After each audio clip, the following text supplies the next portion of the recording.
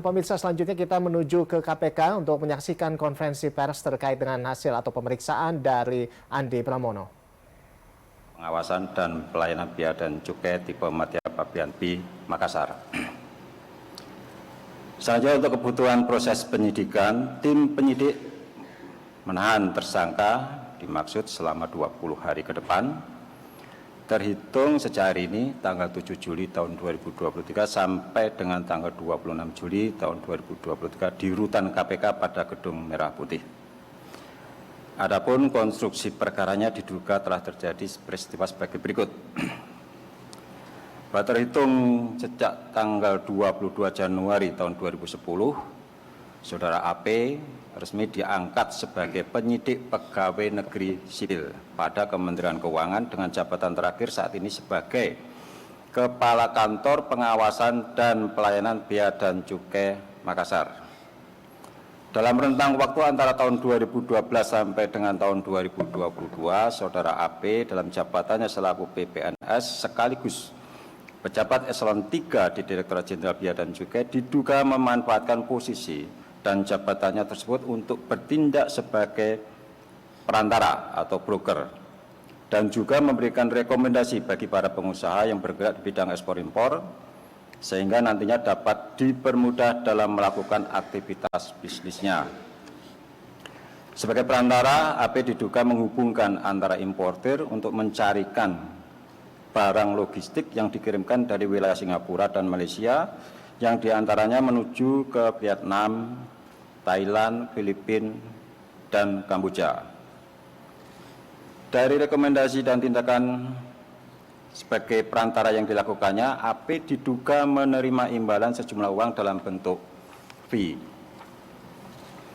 Setiap rekomendasi yang dibuat dan disampaikan AP diduga juga menyalahi aturan kepabeanan, termasuk para pengusaha yang mendapat izin ekspor impor diduga tidak berkompeten atau tidak memenuhi syarat.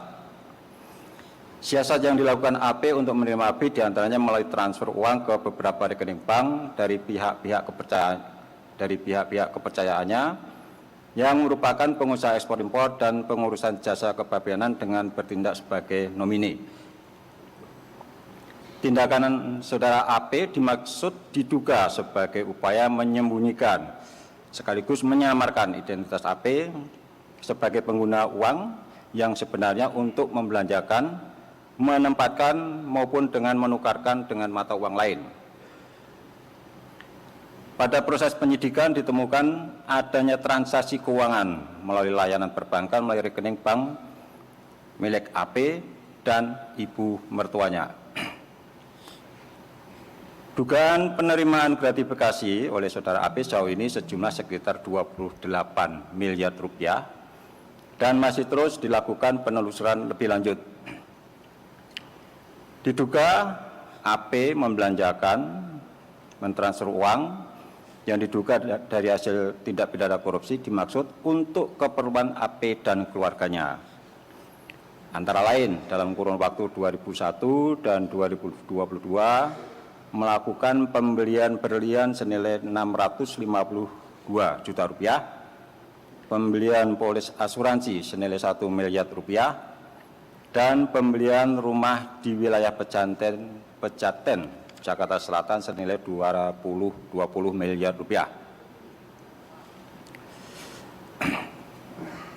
Selanjutnya AP disangkakan melanggar pasal 12B besar Undang-Undang Republik Indonesia Nomor 31 Tahun 99 tentang pemberantasan tindak pidana korupsi sebagaimana telah diubah dengan Undang-Undang Republik Indonesia Nomor 20 Tahun 2021 tentang perubahan atas Undang-Undang Nomor 31 Tahun 99 tentang pemberantasan tindak pidana korupsi. Turut disangkakan pasal 2 ayat 1 dan pasal 3 Undang-Undang RI Nomor 8 Tahun 2010 tentang pencegahan dan pemberantasan tindak pidana pencucian uang.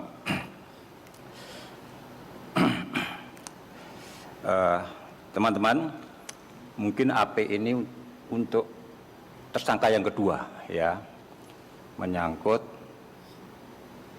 satu sisi terkait dengan pemberitaan yang sempat viral, ya. Yang pertama Saudara RAT dan sekarang AP. Nah, kami sangat menghargai informasi dari masyarakat yang baik yang disampaikan secara elektronis maupun lewat media-media sosial tersebut. Nah, saya sering ditanyakan, apakah hanya pejabat-pejabat yang viral saja Pak yang dilakukan penindakan KPK? Nah, dan ada juga yang bertanya, kalau pejabat eselon 3 saja bisa menghimpun dana sedemikian besar, bagaimana dengan pejabat yang lain? Kan itu. Jadi seolah-olah kedua tersangka ini, RAT dan AP, ini diproses KPK karena yang adanya flexing yang dilakukan oleh keluarganya. Kemudian kita lihat dari lifestyle-nya atau gaya hidupnya dan lain sebagainya. Nah, tentu kami berharap ini juga sebetulnya menunjukkan ada kelemahan dalam sistem pengawasan internal ya di kedua institusi tersebut, dalam hal ini adalah pajak atau bea cukai ya. Dan ini kalau kita ikuti ya dari tahun 2012 sampai 2022 cukup lama juga ya.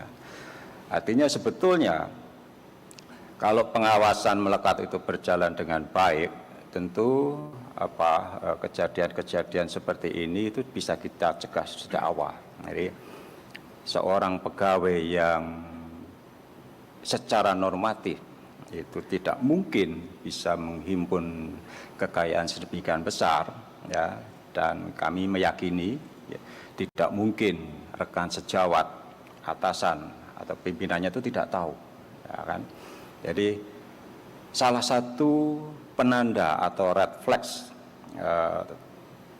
terjadinya suatu kecurangan atau dalam hal ini korupsi itu misalnya bisa dilihat dari gaya hidup ya.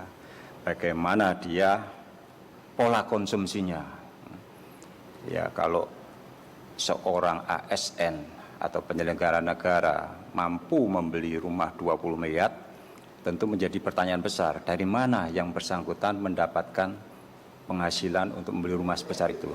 Apakah yang bersangkutan punya kegiatan usaha yang lain? Dan itu yang harus dibuktikan. Dan dalam proses penyidikan, ya untuk sementara diyakini bahwa sumber penghasilan untuk mendapatkan kekayaan itu berasal dari gratifikasi